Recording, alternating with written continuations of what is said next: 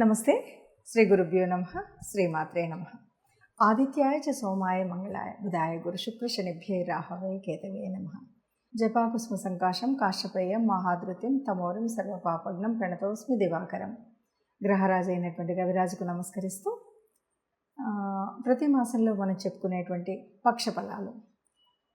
పక్షఫలాలు అంటే మాసఫలాలు చెప్పుకున్నాక పక్షఫలాలు ఎందుకు అంటే, ప్రతి పక్షంలో కూడా మారేటువంటి కొన్ని గ్రహాలు ఉంటాయి. అంటే కొన్ని మనకు సంవత్సర కాలం 18 నెలలు ఇలా మారేటువంటి పెద్ద గ్రహాలు ఉన్నప్పటికీ 2.5 రోజులకు ఒకసారి మారేటువంటి చంద్రగ్రహణం ఉంటుంది.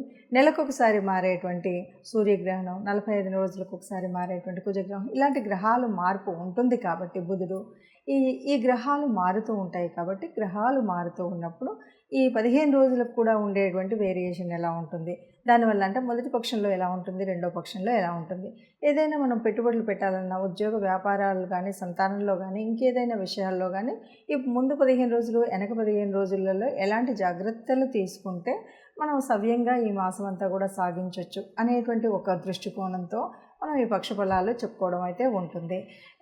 ఈ పక్షఫలాలు తెలుసుకోవడం వల్ల లాభం ఏదైనా ఉందా అంటే, ఏదైనా పెట్టుబడి పెట్టి నష్టపోతాము అని తెలిసినప్పుడు పెట్టుబడులు పెట్టకుండా కొద్దిగా జాగ్రత్తగా ఉండేటువంటి సూచన ఉంటుంది.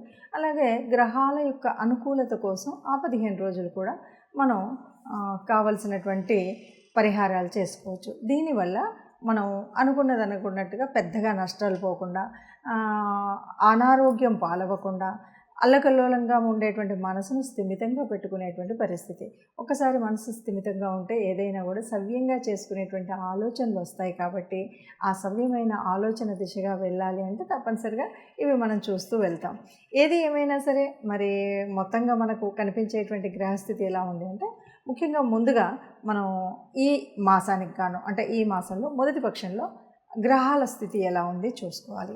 ఎందుకంటే ఈ గోచారం అంతా కూడా గ్రహాల స్థితి మీద, గ్రహాల దృష్టి మీద, లేకపోతే ఏదైనా సరే పాపగ్రహాల కలయిక ఉందా, ఇలాంటివన్నీ చూసి దాన్ని బట్టి మనం చెప్పుకుంటూ ఉంటాం. కాబట్టి ముందుగా గ్రహస్థితి ఎలా ఉంది అంటే, మనకి చెప్పాలి అంటే రాహుకేతువులు ఇద్దరు కూడా 18 నెలలకు ఒకసారి మారుతారు. అలాంటి రాహు మరి మీనంలో ఉన్నాడు, కేతువు కన్యలో ఉంది. అదే మీనంలో మరొక 2 గ్రహాలు వచ్చి చేరడం అనేటువంటిది మనకు కనిపిస్తూ ఉంటుంది. దీంతో పాటు మనకి మేషంలో ఉన్నటువంటి గురువు వృషభంలోకి మార్పు జరిగింది. అంటే మే నెలలో మనకి మొదటి రోజు అంటే 1వ తారీఖు సాయంత్రం గురువు మార్పు అనేటువంటిది మనకు మొదట కనపడుతుంది. తర్వాత 14వ తారీఖు రవి మార్పు, అలాగే బుధుడు 11వ తారీఖున మార్పు చెందడం అనేటువంటిది మనకు కనిపిస్తుంది. ఇక శని మనకి కుంభరాశిలో ఉపస్థితి అయి ఉన్నాడు. ఇలా గ్రహస్థితి ఉన్నప్పుడు చంద్రుడైతే మరి 2.5 రోజులకు ఒకసారి మారుతూ ఉంటాడు. కాబట్టి మనం ప్రత్యేకించి చెప్పక్కర్లేదు. ఇక మిగిలినటువంటి కుజ గ్రహము అనేటువంటిది కూడా మనకి మీనంలోనే కనిపించింది. సో ఈ పరిస్థితులలో ఒక్కొక్క రాశి వారికి ఎలా ఉంది అంటే, ద్వాదశ రాశుల వారికి ఈ 15 రోజులు ఎలా ఉంటుందో చెప్పుకుందాం. మే నెల 16 నుండి 31వ తారీఖు వరకు ఈ రెండవ పక్షం ఏదైతే ఉందో దాని ఫలితాలు మే నెల 2024 ఫలితాలు ఎలా ఉన్నాయో చూద్దాం.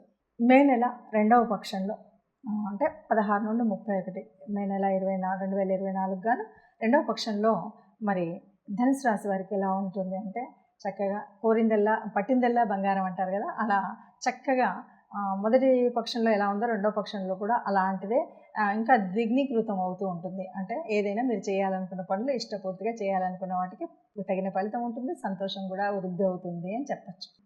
చెప్పాలి అంటే మీకు ఇప్పటి వరకు ఉన్నటువంటి సంపదలు ఏదైతే ఉన్నాయో అవన్నీ కూడా కొద్దిగా ఏమంటారు, స్థిరాస్తులు, ఆస్తులు ఇవన్నీ ఉంటాయి కదా, ఇవన్నీ కూడా పెరిగేటువంటి అవకాశం ఉన్నాయి. స్థిరాస్తులు పెరగడం అంటే మీరు భూమి కొంటారు, ఇల్లు కొంటారు, లేకపోతే ఏదైనా సరే మీకు పనికొచ్చేటువంటి ఎప్పటి నుండో అనుకున్నవే అవ్వచ్చు, కొనాలన్న ప్రణాళిక ఉండొచ్చు. అయితే ఇప్పుడు ఇలాంటివి మాత్రం చక్కగా కొనడానికి సానుకూలమైనటువంటి పరిస్థితి అయితే ఉంటుంది.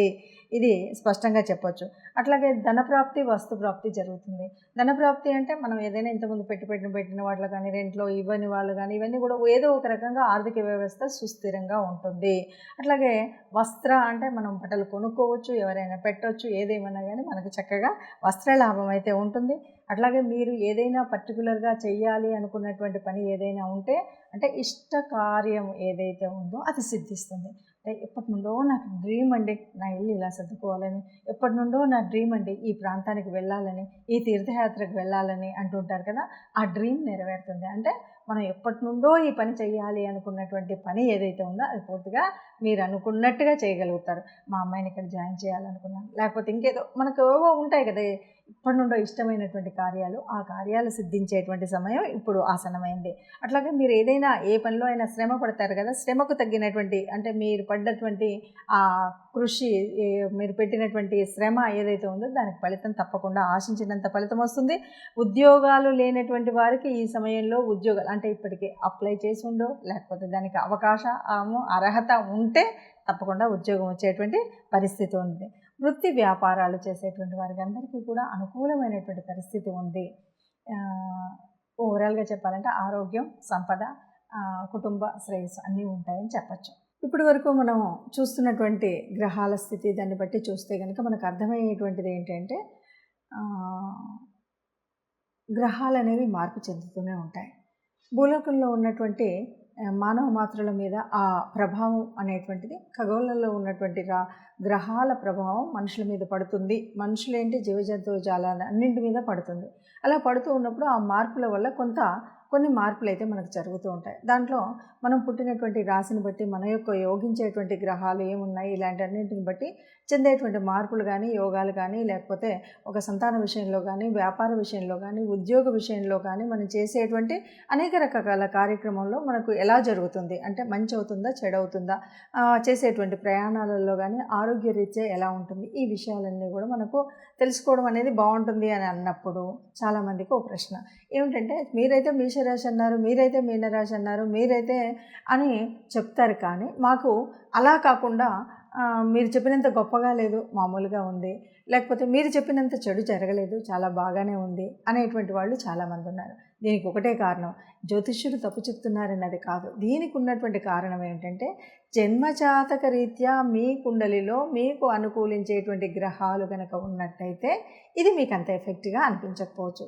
నడుస్తున్నటువంటి దశ అంతర్దశను బట్టి కూడా ఈ తేడా కనిపించవచ్చు. మరి అలాంటప్పుడు ఇవి ఎందుకు చెప్పుకోవాలి అంటే, దాదాపుగా కోటాను కోట్ల మందిలో మనకు ఇది యాక్యురేట్ రిజల్ట్ అనేది చెప్పడం కాదు. యాక్యురేట్ రిజల్ట్ కావాలి అంటే తప్పనిసరిగా మీ జాతకాన్ని జ్యోతిష్యులకు చూపెట్టుకోండి. మీకు దగ్గరలో ఉన్నటువంటి జ్యోతిష్యులు కానీ, మీకు అనుకూలంగా ఉన్నటువంటిది కానీ, మీకు దొరికినటువంటి నెంబర్ల ద్వారా కానీ మీరు జ్యోతిష్యం చెప్పించుకున్నట్టయితే జన్మజాతకంలో మీకు ఉన్నటువంటి ఒక ప్రత్యేకమైనటువంటి, అది కూడా జ్యోతిష్యం చెప్పమన్నాం అన్నది కాకుండా మీకు ప్రత్యేకమైన ఒక ఏరియా అంటే ఉద్యోగ స్థితి ఎలా ఉంది, వివాహ స్థితి ఎలా ఉంది, వైవాహిక బంధం ఎలా ఉండబోతుంది, సంతానానికి, ఇట్లాంటివి మీరు పర్టికులర్గా ఏదైనా ఒక ఏరియా సెలెక్ట్ చేసుకొని దానికి కావాల్సినవి చెప్పించుకోవాలంటే అప్పుడు క్లియర్గా ఉంటుంది. మరి ఇది ఏమిటంటే అందరికీ కామన్గా మనం చెప్పేటువంటిది, ఈ రాశి వారికి ఈ వచ్చే కాలంలో ఇలా ఉంది కాబట్టి మీరు తగు మాత్రం జాగ్రత్త తీసుకొని అధికంగా ఖర్చు చేసుకోకపోతే మీకు ఆర్థిక వ్యవస్థ బాగుంటుంది. మీరు సంతానంతో ఉన్నప్పుడు ఇలా ఉంటే మీ సంతానం బాగుంటుంది. ఇట్లాంటివన్నీ కూడా మీకు తెలుస్తూ ఉంటాయన్నమాట. దానికోసమే మనము ఈ పక్షఫలాలు కానీ, మాసఫలాలు కానీ చెప్పుకోవాలి. ఇవన్నీ కూడా చెప్పుకుంటే మనం రాబోయే చెడుని కలగకుండా ఉండడం కోసం ఏం జాగ్రత్తలు, ఏ రకమైన ముందు జాగ్రత్తలు తీసుకోవాలని. ఎందుకంటే ఒక రకంగా అందరం సుఖంగా ఉండాలి, అందులో మనం ఉండాలి అన్నదే మనది. అందుకే సర్వే జనా సుఖినో భవంతు అంటాం.